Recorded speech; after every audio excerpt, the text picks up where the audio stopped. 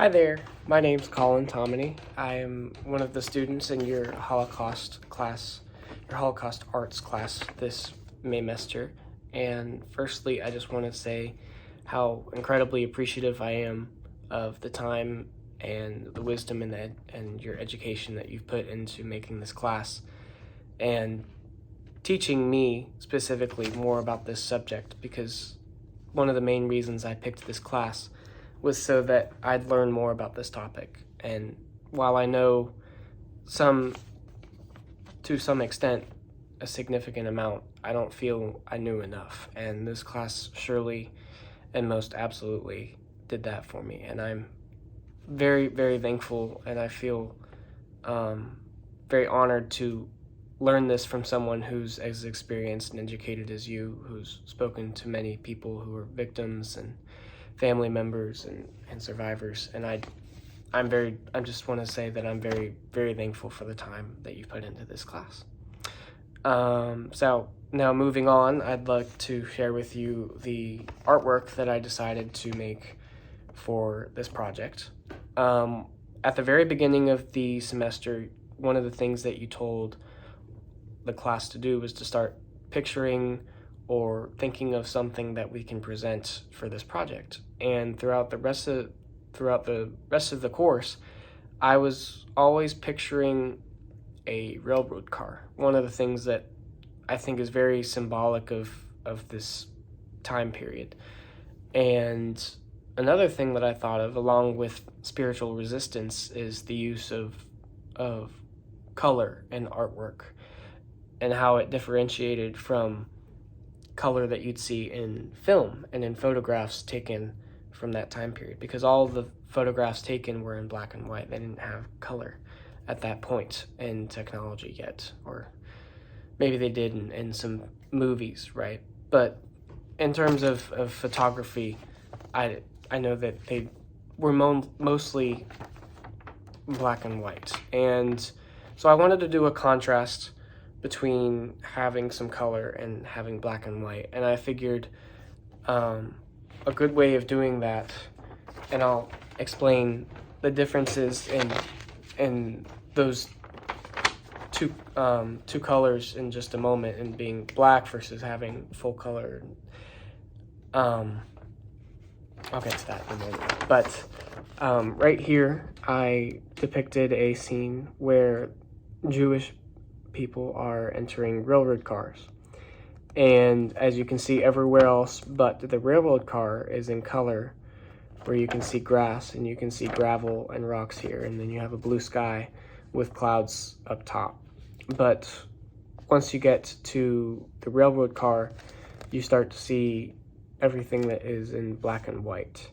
And even the people inside who have no face, and all their clothes are just drawn in black with pencil.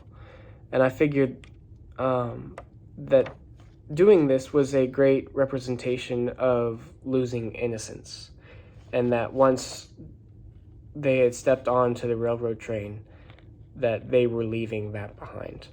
And so I felt that doing this in black and white and leaving them faceless was a good way of depicting that there is a part of their soul lost, and a part of their innocence, and everything that they are as a person, they are leaving behind because it's being taken from them. And as you can see, that's contrasted from the people who haven't got onto the railroad cars yet, and everything, including their bags, their clothes, and even members of the Nazi Party right here are in color, because I feel that even members of the military at that time, I think they were misled. And I think many of them were given false information and were led down a path that they thought was right when morally it was wrong. And I think that from a whole community, they all wanted to be part of the normal. And I think it was dangerous for them to not be a part of the normal because of the major consequences that they had in terms of concentration camps and major punishments. So I gave everyone here all their, like I said, all their clothes, all their bags, uniforms. I put that in color to represent the fact that they had not lost their innocence yet, and that these people on the railroad car had. And then one more thing that I wanted to talk about was how the use of photography and black and white photography was so different from the use of spiritual resistance and art, because they could use color in the art that they painted, they drew, whatever it was. And with film photography, they couldn't depict everything in color because it was film photography, black and white film photography.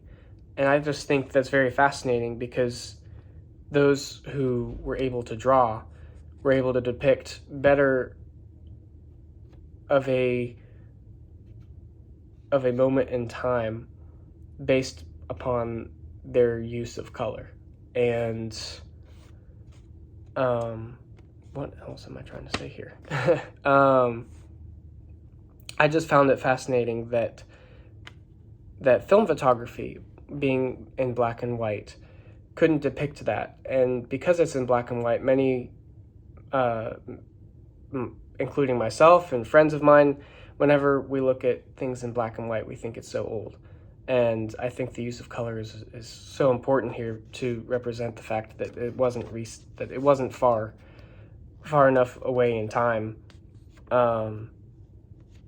as many think it may be, and that this is still under 100 years ago that this occurred, this event. So that is all that I have to explain about my artwork. And again, I'm very thankful for this opportunity you've given me to learn more about the Holocaust and the arts used in the Holocaust as well, which honestly I did not know enough about before. So thank you for your time and for your wisdom and your knowledge.